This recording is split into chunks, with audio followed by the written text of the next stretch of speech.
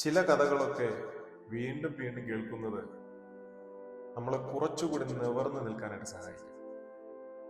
അത്തരത്തില് നമ്മൾ ഒത്തിരി തവണ കേട്ടിട്ടുള്ള ഒരു കഥയാണ് കിഴവനായ ഒരു കഴുതയുടെ കഥ. ഒരു കർഷകന് ഒരു കിഴവനായ കഴുതയുണ്ടായിരുന്നു. ഒരു ദിവസം ഈ കഴുത അബദ്ധത്തിൽ കിണറ്റിൽ വീണുപോയി.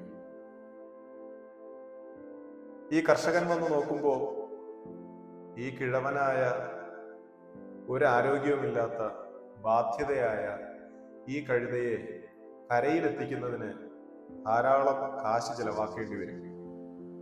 അതുകൊണ്ട് അദ്ദേഹം ചിന്തിച്ചത് ഈ കഴുതയെ ഈ കിണറിനുള്ളിൽ തന്നെ മണ്ണിട്ട് മൂടാം.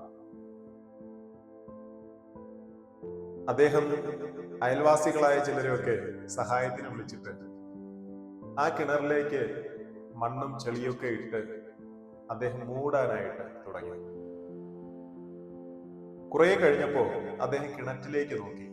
ഓരോ തവണ മണ്ണ് വീഴുമ്പോഴും അതെല്ലാം കുടഞ്ഞു കളഞ്ഞുകൊണ്ട് ഈ മണ്ണിന്റെ മുകളിലേക്ക് കാല് വെച്ച് കയറി കയറി വരുന്ന കഴുതയാണ് അദ്ദേഹത്തിന് കാണാൻ കഴിഞ്ഞത്. കുറച്ച് മണ്ണ് കൂടെ വീണപ്പോൾ കഴുത കിണറിന്റെ മുകളിലെത്തുകയും അത് മണ്ണും ചെളിയും കുടഞ്ഞു കളഞ്ഞുകൊണ്ട് ദൂരേക്ക് ഓടിപ്പോവുകയും ചെയ്തു.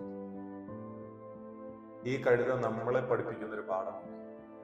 നമ്മൾ ഇടപെടുന്ന മേഖലകളിലായാലും തൊഴിലിടങ്ങളിലായാലും മറ്റുള്ളവരാൽ നമ്മുടെ പുറത്തേക്ക് എറിയപ്പെടുന്ന കല്ലുകളും മണ്ണുകളും പരിഹാസവാക്കുകളും ഒക്കെ കുടഞ്ഞു കളഞ്ഞുകൊണ്ട് മുന്നിലേക്ക് കുതിക്കാനുള്ള ഒരു ഉൾക്കാഴ്ച നമുക്കുണ്ടായിരിക്കണം. തടസ്സങ്ങൾക്ക് മുന്നിൽ പരാജയം സമ്മതിച്ച് വീണുപോയവരല്ല, നിവർന്നു നിന്ന് മുന്നോട്ട് നടന്നവരാണ് ചരിത്രത്തിന്റെ താളുകളിൽ ഇടം പിടിച്ചിട്ടുള്ളത്.